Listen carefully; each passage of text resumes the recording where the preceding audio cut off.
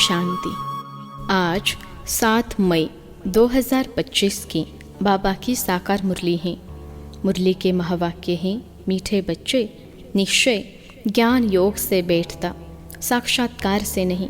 साक्षात्कार के ड्रामा में नोंद है, बाकी उससे किसी का कल्याण नहीं होता। प्रश्न है, बाप कौन सी ताकत नहीं दिखाते, लेकिन बाप के पास जादूगरी अवश्य है। उत्तर है, मनुष्य समझते हैं भगवान तो ताकतमंद है, वह मरे हुए को भी जिंदा कर सकते हैं, परंतु बाबा कहते यह ताकत मैं नहीं दिखाता। बाकी कोई नौधा भक्ति करते हैं तो उन्हें साक्षात्कार करा देता हूँ, यह भी ड्रामा में नोंद है।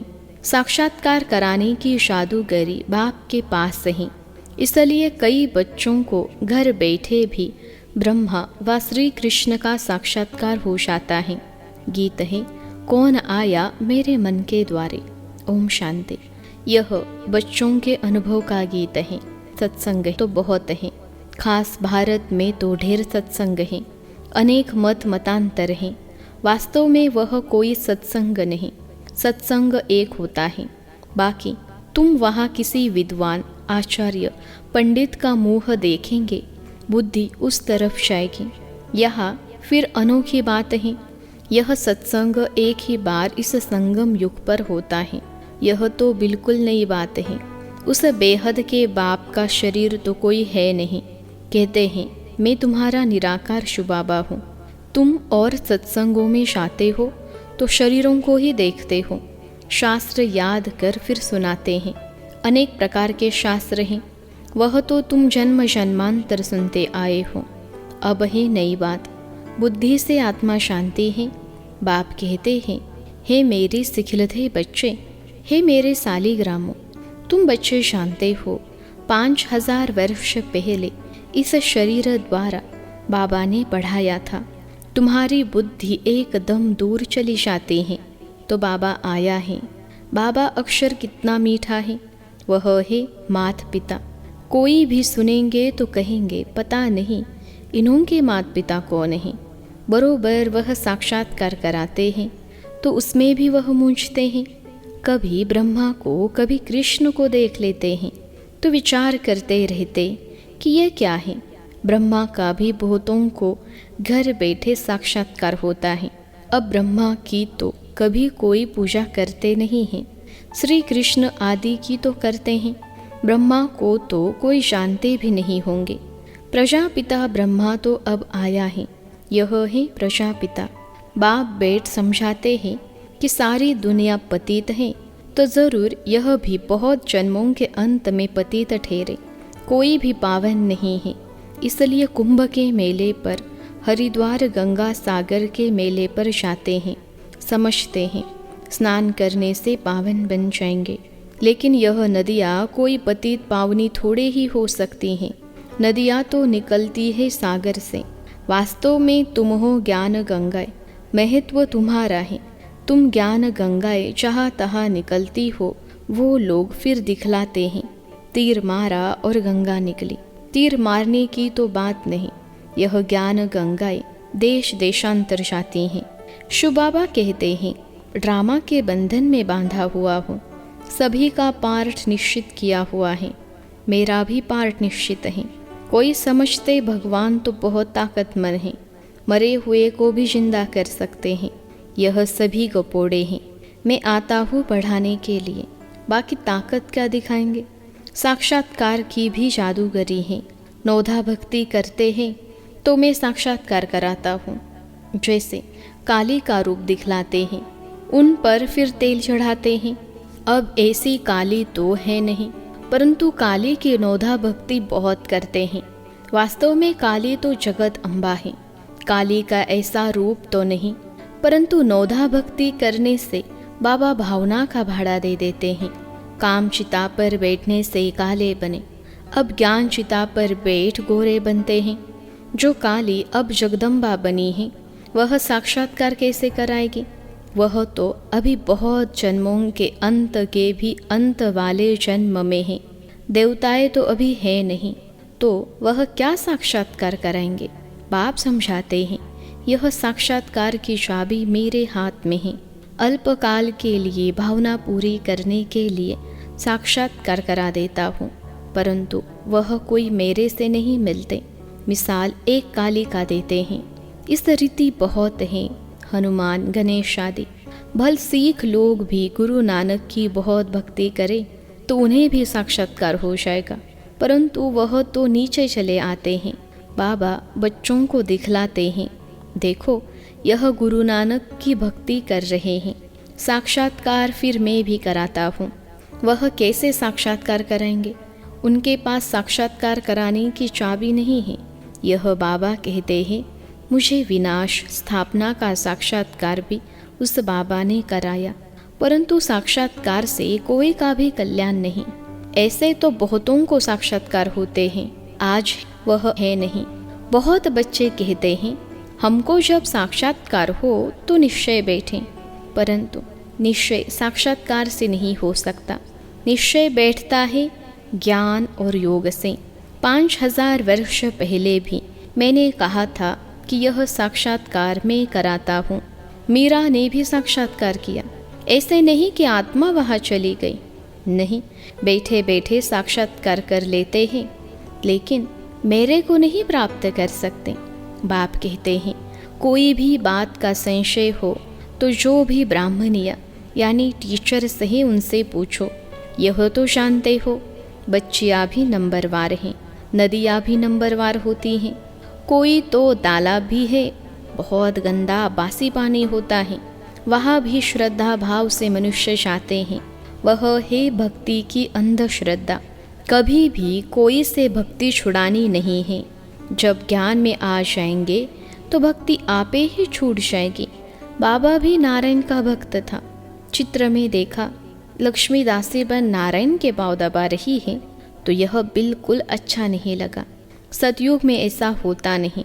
तो मैंने एक आर्टिस्ट को कहा कि लक्ष्मी को इस दासीपन से विदाई दे दो। बाबा भक्त तो था, परंतु ज्ञान थोड़े ही था। भक्त तो सभी हैं। हम तो बाबा के बच्चे मालिक हैं। ब्रह्मांड का भी मालिक बच्चों को बनाते हैं। कहते हैं तुमको राज्य भाग्य देता हूँ। ऐसा बाबा कभी देखा? बस बाबा को पूरा याद करना है। उनको तुम इन आँखों से नहीं देख सकते, उनसे योग लगाना है। याद और ज्ञान भी बिल्कुल सहज हैं। बीज और झाड़ को जानना है। तुम उस निराकारी झाड़ से साकारी झाड़ में आए हो। बाबा ने साक्षात्कार का राज भी समझाया, झाड़ का राज भी समझाया। कर्म अकर्म विकर्म की गति भी बाबा ने समझाई है। बाप, टीचर, गुरु तीनों से ही शिक्षा मिलती है। अभी बाबा कहते हैं, मैं तुमको ऐसी शिक्षा देता हूँ, ऐसे कर्म सिखलाता हूँ जो तुम 21 जन्म सदा सुखी बन जाते हो। टीचर शिक्षा देते हैं ना, गुरु लोग भी पवित्रता की शिक्षा देते हैं अथवा कथाएं सुनाते हैं, परंतु धारणा बिल्कुल नहीं होती। यहाँ तो बाप कहते हैं, अंतमति सो गति होगी। मनुष्य जब मरते हैं तो भी कहते हैं राम राम कहो, तो बुद्धि उस तरफ चली जाती है। अभी बाप कहते हैं, तुम्हारा साकार से योग छूटा, अब मैं तुमको बहुत अच्छे कर्म सिखलाता हूँ। श्री कृष्ण का चित्र देखो, पुरानी दुनिया को लात मारते और नई दुनिया में आते हैं। तुम भी पुरानी दुनिया को लात मार नई दुनिया में जाते हो। तो तुम्हारी नरक की तरफ है लात, स्वर्ग की तरफ है मुँह। शमशान में भी अंदर जब घुसते हैं तो मुर्दे का मुंह उस तरफ कर लेते हैं, लात पिछाड़ी तरफ कर लेते हैं। तो यह चित्र भी ऐसा बनाया है। मम्मा बाबा और तुम बच्चे, तुमको तो मम्मा बाबा को फॉलो करना पड़े जो उनकी गद्दी पर बैठो। राजा के बच्चे प्रिंस प्रिंसेस कहलाते हैं ना। तुम जानते हो हम भविष्य में प्रिंस प्रिंसेस बनते हैं। ऐसा कोई बाप, टीचर, गुरु होगा जो तुमको ऐसे कर्म सिखलाए, तुम सदा काल के लिए सुखी बनते हो। यह शिव बाबा का वर है, वह आशीर्वाद करते हैं। यह नहीं, तुम्हारे ऊपर उनकी कृपा है। सिर्फ कहने से कुछ नहीं होगा, तुमको सीखना होता है। सिर्फ आशीर्वाद से तुम नहीं बन जाएंगे, उनकी मत पर चलना है। ज्ञान और योग की धारणा करनी है। बाप समझाते हैं कि मुख से राम राम कहना भी आवाज़ हो जाता। तुमको तो वाणी से परेशाना है, चुप रहना है। खेल भी बहुत अच्छे अच्छे निकलते हैं, अनपढ़े को बुद्धू कहा जाता है। बाबा कहते हैं कि अब सभी को भूल कर तुम बिल्कुल बुद्धू बन जाओ। मैं जो तुमको मत देता हूँ उस पर चलो। परम धाम में तुम सभी आत्माएं बिना शरीर के रहती हो, फिर यहाँ आकर शरीर लेती हो, तब जीव आत्मा कहा जाता है। आत्मा कहती है मैं एक शरीर छोड़ दूसरा लेती हूँ। तो बाप कहते मैं तुमको फर्स्ट क्लास कर्म सिखलाता हूँ। टीचर पढ़ाते हैं, उसमें ताकत की क्या बात है, साक्षात्कार कराते हैं। इसको जादूगरी कहा जाता है। मनुष्य से देवता बनाना, ऐसी जादूगरी कोई कर न सके। बाबा सौदागर भी है, पुराना लेकर नया देते हैं। इनको पुराना लोहे का बर्तन कहा जाता है, इनका कोई मूल्य नहीं है। आजकल देखो तांबे के भी पैसे नहीं बनते, वहाँ तो सोने के सिक्के होते हैं। पंडर है ना, क्या से क्या हो गया है। बाप कहते हैं मैं तुमको नंबर 1 कर्म सिखलाता हूँ। मन मनाभव हो जाओ, फिर है पढ़ाई जिससे स्वर्ग का प्रिंस बनेंगे। अभी देवता धर्म जो प्राय लोप हो गया है वह फिर से स्थापन होता है। मनुष्य तुम्हारी नई बातें सुनकर वंडर खाते हैं। कहते हैं कि स्त्री पुरुष दोनों ही इकट्ठे रहे, पवित्र रह सके। यह कैसे हो सकता। बाबा तो कहते भले इकट्ठे रहो, नहीं तो मालूम कैसे पड़े। बीच में ज्ञान तलवार रखनी है, इतनी बहादुरी दिखानी है, परीक्षा होती है। तो मनुष्य इन बातों में वंडर खाते हैं, क्योंकि शास्त्रों में तो ऐसी बातें हैं नहीं। यहाँ तो प्रैक्टिकल में मेहनत करनी पड़ती है। गंधर्वी विवाह की बात यहाँ की है। अभी तुम पवित्र बनते हो तो बाबा कहते बहादुरी दिखलाओ। सन्यासियों के आगे सबूत देना है। समर्थ बाबा ही सारी दुनिया को पावन बनाते हैं। बाप कहते हैं भल साथ में रहो, सिर्फ नंगन नहीं होना है।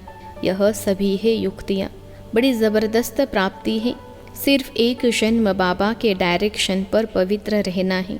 योग और ज्ञान से एवर हेल्दी बनते हैं 21 जन्मों के लिए। इसमें मेहनत है ना। तुम हो शक्ति सेना, माया पर जीत पहन जगत जीत बनते हो। सभी थोड़े ही बनेंगे। जो बच्चे पुरुषार्थ करेंगे वही ऊंच पद पाएंगे। तुम भारत को ही पवित्र बनाकर फिर भारत पर ही राज्य करते हो। लड़ाई से कभी सृष्टि की बादशाही मिल न सके, यह वंडर है ना। इस समय सब आपस में लड़कर खलास हो जाते हैं। मक्खन भारत को मिलता है। दिलाने वाली है वंदे मातरम। मेजॉरिटी माताओं की है। अब बाबा कहते हैं जन्म जन्मांतर तुम गुरु करते आए, शास्त्र पढ़ते आए हो।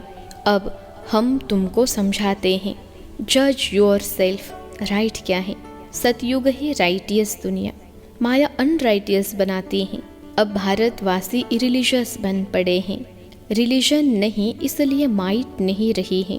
इरिलीजियस, अनराइटियस, अनलॉफुल, इंसॉल्वेंट बन पड़े हैं। बेहद का बाप है, इसलिए बेहद की बातें समझाते हैं। कहते हैं कि फिर तुमको रिलीजियस मोस्ट पावरफुल बनाता हूँ। स्वर्ग बनाना तो पावरफुल का काम है, परंतु है गुप्त, इनकॉग्निटो वॉरियर्स ही। बाप का बच्चों पर बहुत प्यार होता है, मत देते हैं। बाप की मत, टीचर की मत, गुरु की मत, सोनार की मत, धोबी की मत, इसमें सभी मतें आ जाती हैं। अच्छा, मीठे मीठे सिखलधे बच्चों प्रति माता पिता बाप दादा का याद प्यार और गुड मॉर्निंग। रूहानी बाप की रूहानी बच्चों को नमस्ते। हम रूहानी बच्चों की सिखलते रूहानी माता पिता बाप दादा को याद प्यार, गुड मॉर्निंग और नमस्ते बाबा नमस्ते। धारणा के लिए मुख्य सार पहली पॉइंट है, इस एक अंतिम जन्म में बाप के डायरेक्शन पर चल घर गृहस्थ में रहते पवित्र रहना है। इसमें बहादुरी दिखानी है। दूसरी पॉइंट है, श्रीमत पर सदा श्रेष्ठ कर्म करने हैं। वाणी से परेशाना है। जो कुछ पढ़ा व सुना है उसे भूल बाप को याद करना है। आज का वरदान है, परिस्थितियों को गुड लक समझ अपने निश्चय के फाउंडेशन को मजबूत बनाने वाले अचल अड़ोल भव। परिस्थितियों को गुड लक समझ अपने निश्चय के फाउंडेशन को मजबूत बनाने वाले अचल अड़ोल भव। विश्लेषण है, कोई भी परिस्थिति आए तो आप हाय जंप दे दो, क्योंकि परिस्थिति आना भी गुड लक है। यह निश्चय के फाउंडेशन को मजबूत करने का साधन है। आप जब एक बारी अंगद के समान मजबूत हो जाएंगे तो यह पेपर भी नमस्कार करेंगे। पहले विकराल रूप में आएंगे और फिर दासी बन जाएंगे। चैलेंज करो, हम महावीर हैं। जैसे पानी के ऊपर लकीर ठहर नहीं सकती, ऐसे मुझे मास्टर सागर के ऊपर कोई परिस्थिति वार कर नहीं सकती। स्वस्थिति में रहने से अचल अड़ोल बन जाएंगे। आज का स्लोगन है, पुराने वर्ष को विदाई देने के साथ साथ कड़वेपन को भी विदाई दे दो। पुराने वर्ष को विदाई देने के साथ साथ कड़वेपन को भी विदाई दे दो। अव्यक्त इशारे, रूहानी रॉयल्टी और प्यूरिटी की पर्सनैलिटी धारण करो। यदि वरदाता और वरदानी दोनों का संबंध समीप और स्नेह के आधार से निरंतर हो और सदा कंबाइंड रूप में रहो, तो पवित्रता की छत्र छाया स्वतः रहेगी। जहाँ सर्वशक्तिवान बाप है, वह अपवित्रता स्वप्न में भी नहीं आ सकती है। जब अकेले होते हो तो पवित्रता का सुहाग चला जाता है। अच्छा, ओम शांति।